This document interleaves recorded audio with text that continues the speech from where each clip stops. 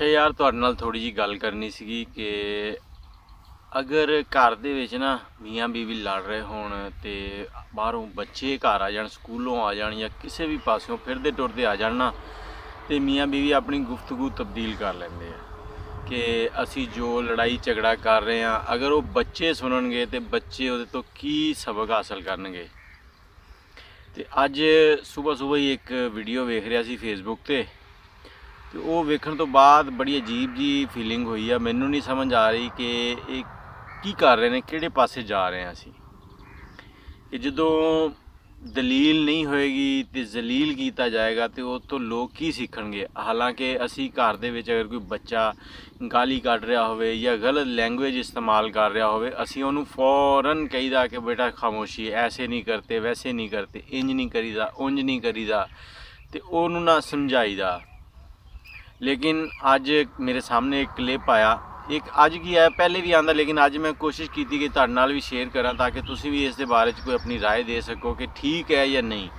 ਆਪਣੇ ਮੌਲਵੀ ਸਮਰ ਅਬਾਸ ਅਤਾਰੀ ਇਹ ਅਕਸਰ ਤਕਰੀਰ ਕਰਦੇ ਮਿੰਬਰ ਰਸੂਲ 'ਤੇ ਬੈਠੇ ਹੁੰਦੇ ਆ, ਅਤੇ ਬੈਠਣ ਤੋਂ ਬਾਅਦ ਜਿਹੜੀ ਇਹ ਜ਼ੁਬਾਨ ਇਸਤੇਮਾਲ ਕਰਦੇ ਆ ਕਿ ਦਲੀਲ ਨਹੀਂ ਦੇਣੀ। ਹਾਂ, ਮੁਫਤੀ ਤਾਰਕ ਮਸੂਦ ਸਾਹਿਬ ਹੋ ਗਏ, ਮੁਹੰਮਦ ਅਲੀ ਮਿਰਜ਼ਾ, ਇੰਜੀਨੀਅਰ ਮੁਹੰਮਦ ਅਲੀ, ਅਤੇ ਉਹਨਾਂ ਦੇ ਬਾਰੇ 'ਚ ਇਹ ਬਹੁਤ ਹੀ ਗਲਤ ਕਿਸਮ ਦੀ ਲੈਂਗੁਏਜ ਇਸਤੇਮਾਲ ਕਰਦੇ। ਦੇਖੋ ਜੀ, ਤੁਸੀਂ ਅਗਰ ਇਹ ਸਾਰੀਆਂ ਚੀਜ਼ਾਂ ਮਿੰਬਰ ਰਸੂਲ 'ਤੇ ਬਹਿ ਕੇ ਤੁਹਾਡੇ ਸਾਹਮਣੇ 100 ਜਾਂ 50 ਜਾਂ 25 ਜਾਂ 500 ਬੰਦਾ ਹੀ ਬੈਠਾ, ਉਹਨੂੰ ਸਾਰਿਆਂ ਨੂੰ ਸੁਣਾ ਰਹੇ ਹੋ, ਉਹ ਸੁਣ ਕੇ ਜਦੋਂ ਮਸਜਿਦ 'ਚੋਂ ਨਿਕਲਣਗੇ ਤਾਂ ਉਹ ਕੀ ਕਰਨਗੇ। ਕਿਹੜੇ ਮੁਆਸ਼ਰੇ ਦੀ ਤਾਲੀਮ ਦੇ ਰਹੇ ਹੋ ਤੁਸੀਂ। ਮਿੰਬਰ ਰਸੂਲ 'ਤੇ ਬੈਠ ਕੇ ਤੁਸੀਂ ਦੀਨ ਦੀ ਤਾਲੀਮ ਦਿਓ। ਅਗਰ ਤੁਹਾਨੂੰ ਕੋਈ ਉਹਨਾਂ ਨਾਲ ਇਖਤਲਾਫ ਹੈ ਤਾਂ ਉਹਦੀ ਦਲੀਲ ਦਿਓ। ਉਸ ਤੋਂ ਪਹਿਲਾਂ ਨਾ ਤੁਸੀਂ ਇੱਕ ਛੋਟਾ ਜਿਹਾ ਕਲਿੱਪ ਸੁਣ ਲਓ। का एक मौलवी है, तारिक मसूद उसका नाम है, और उमरू यार वर्गा ਉਹਦਾ ਮੂੰਹ ਹੈ, ਤੁਸੀਂ ਵੇਖਿਆ ਹੋਣਾ। ਚੰਗੀ ਜਨਾਬ ਅਲੀ ਕੋਟ ਕਿਰਲੀ ਵਰਗਾ ਉਹਦਾ ਕੱਦ ਹੈ। ਉਹ ਬਾਹਰ ਚਵੜਾ ਮਾਰਦਾ ਹੈ ਸੋਸ਼ਲ ਮੀਡੀਆ ਤੇ, ਜੋ ਜਾਣਦਾ ਬਾਂਦਰ ਨੱਚਣ ਡਿਆ। ਹੁਣ ਬੰਦਾ ਕਰੇ ਕੀ?